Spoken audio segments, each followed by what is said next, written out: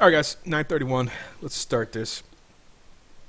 So the big news, and this is just fairly recently, is that Stone Brewing, the one and only Stone Brewing, is allegedly laying off dozens of employees. I've heard up to 5%, and yeah, I'm just reading the updates here. I hadn't read this part. Yeah, I had heard maybe about 2 months ago there were some rumblings about the with the Stone Europe opening in Germany, or Stone Germany, whatever they call it. There, it seems there was a redundancy between positions, and I'd heard that that was going to be a concern to some of the people at Stone, and I'd been contacted by someone who was concerned about this, and they said, "Hey, can you look into this?" And I'm like, "Well, I really, that's not my expertise," and I didn't even know if this person was, legit or not. So I think what's happening right now is with Stone Europe opening, you've got Stone East Coast opening, which is, I forget where in Virginia, somewhere in Virginia, but it's a World Garden, so it's a big location. The one in Europe's Germany is a World Gardens. I think they've got this giant influx of employees right now, and overhead, and just a general influx of money that needs to be spent. I think they need to balance that out with what they're actually bringing in. And I think within maybe a year or two, who knows, that's all going to kind of balance out. But that's what you're seeing with these layoffs. Stone did put out an official statement. Let me click on that real quick.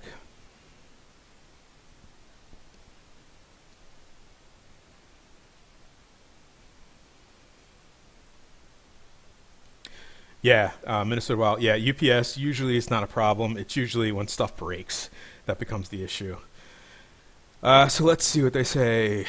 Due to an unforeseen slowdown in our consistent growth and change in the craft beer landscape, we have had to make the difficult decision to reduce our staff. Unfortunately, this comes despite a year that includes an incredible accomplishment opening 2 new breweries, which are ultimately expanding the availability of Stone beers and boosting the reputation of American craft beer in Europe. Yeah. More recently, however, the larger independent craft segment has developed tremendous pressures, specifically the onset of greater pressures from big beer, as a result of their acquisition strategies and the further proliferation of small, hyper-local breweries with slow growth. With business and the market now less predictable, we must restructure to preserve a healthy future for our company. Even given this unfortunate circumstances, we continue to be fiercely independent. Importantly, Stone remains one of the largest, if not the largest employer in the craft beer segment. It is crucial to recognize that this decision was made after careful consideration. There we go. Approximately 5% of our team members were affected, and they were offered a substantial notice period and career transition services. The team members no longer with our company are talented, committed individuals. No additional layoffs are expected with Stone's foreseeable future. In summary, we emphasize the following points. This year, we completed several significant investments that have been works for a number of years. A recent decline in domestic growth for the category, and Stone remains one of the largest, if not the largest, employee in the craft beer segment, and remains dedicated to providing our fans with fresh beers. Yeah, so essentially what's happening is the overhead it blew up. They've got Europe, they've got Virginia, they've got a bunch of micro pubs down in San Diego, and it's just the overhead was too much. The growth was not quite enough. I mean, I'm sure the growth is doing fine for Stone. I just don't think it's as much as they're used to, which you're going to see, and that's just, the way the craft beer is changing. To blame it on big acquisitions, I think is kind of a cop-out, and I don't buy that at all. I think it was more of a, hey, we're spending way too much money. We need to back off. And I'd be willing to bet in probably a year or two they would actually offer to hire those people back. I just have a feeling that's probably how it would go. That's probably was part of the settlement that they reached with the employees. And like I said, I did hear about this about a month ago. I heard some rumblings about it, but I didn't actually want to say anything because I didn't know if it was true at all. But it's glad to see Stone come out, kind of get ahead of it. Although it did kind of get leaked through Twitter and the employees that were laid off and everything. Kind of sucks. Kind of sucks because Stone was kind of one of the ones I always kind of assumed would be there kind of all the time. So to see this, hey, I will say this: is it the bubble bursting? Come on, guys, is it the bubble bursting? Who knows? It's kind of crazy right now. But maybe I'll do a whole video on that.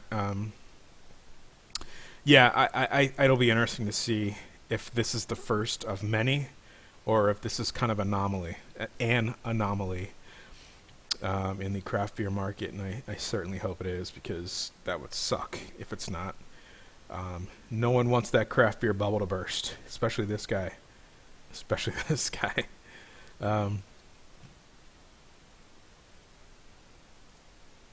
Yeah, Matador 979. Germans might not be into IPAs. Yeah, I think they're gonna have a tough time selling the beer over there. They're definitely gonna have a adjustment period, I guess. I think if anyone would be open to it, Germans will. I think there's a big craft beer segment that can be tapped over there, and I hope for the best of them. I really think Arrogant Bastard's going to do well over there. I think if people give it a shot, they're really going to like it. If I was going to open a craft brewery, Germany might not be the place I would start. I mean, just with the Reinheitsgebot, and they're just so programmed to only drink certain kinds of beers, and very, very lagery, pilsnery, very that kind of beer centric. And Stone, not really known for those beers, so it'll be interesting. But obviously, they had to do some kind of research.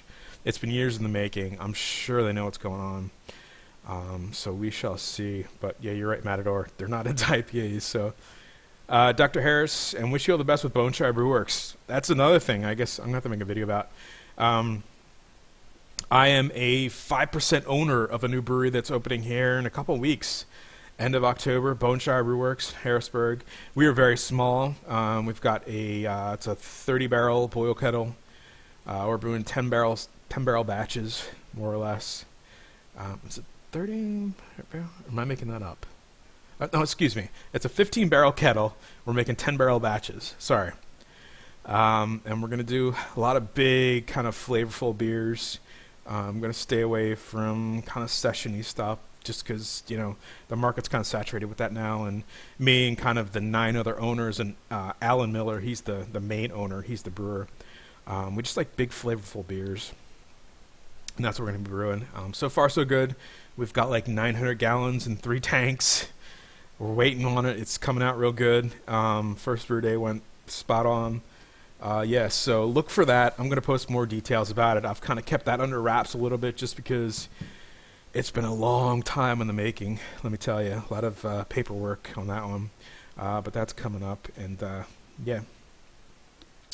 All right, guys. So Stone's done. Let's check out the chat before we get into the Rogue One.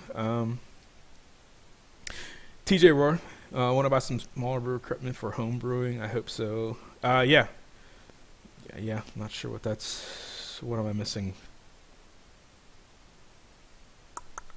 Not sure. Yeah, Adam Danga, I've been kind of curious if this would happen when you consider how many different breweries they are pulling out constantly. It has felt like an unsustainable pace for some time. Yeah, and I think you're starting to see that. When you look at your Stones and your Victories and your Dogfish Head at that level, they're the ones, excuse me, I think you're going to start to see suffer a little bit. They're just so big, and there's so many small kind of micro, very, very small kind of breweries opening up, doing some crazy killer beers, and they're the ones you're starting to see grow aggressively. So does it surprise me? I'm surprised that Stone's the first one. I really am surprised about that. If you would have asked me who would have been the first one to start laying off people, I probably would have said Dogfish Head. just because I've kind of seen the growth of that brand kind of level out, and kind of the general consensus of Dogfish Head, I think's kind of leveled out. It used to be crazy when I first got into this. It used to be Dogfish Head, Dogfish Head. Now it's just like people are like, they're all right. That's what you hear. They're okay. Um, and you can't take away what they've done. Like, I get so much crap for talking bad about Sierra Nevada, and I'm not talking bad about Sierra Nevada, but I just think it's not what the current craft beer market wants. And I think they try and they put out fantastic beers, and people buy their beers. But I think what the craft beer scene is, and what Sierra Nevada, Dogfish, Victory are putting out, are kind of clashing a little bit. So it'll be interesting to see which one mellows out first. Will the craft beer scene, with the Northeast IPAs and the crazy Belgians and sours, will that just take off and leave these guys behind? Or will Stone, Victory, Dogfish Head, Sierra Nevada, those guys kind of adapt and change to keep up with the current craft beer market? Who knows? Who knows? It's really hard to say. So, all right, next big thing.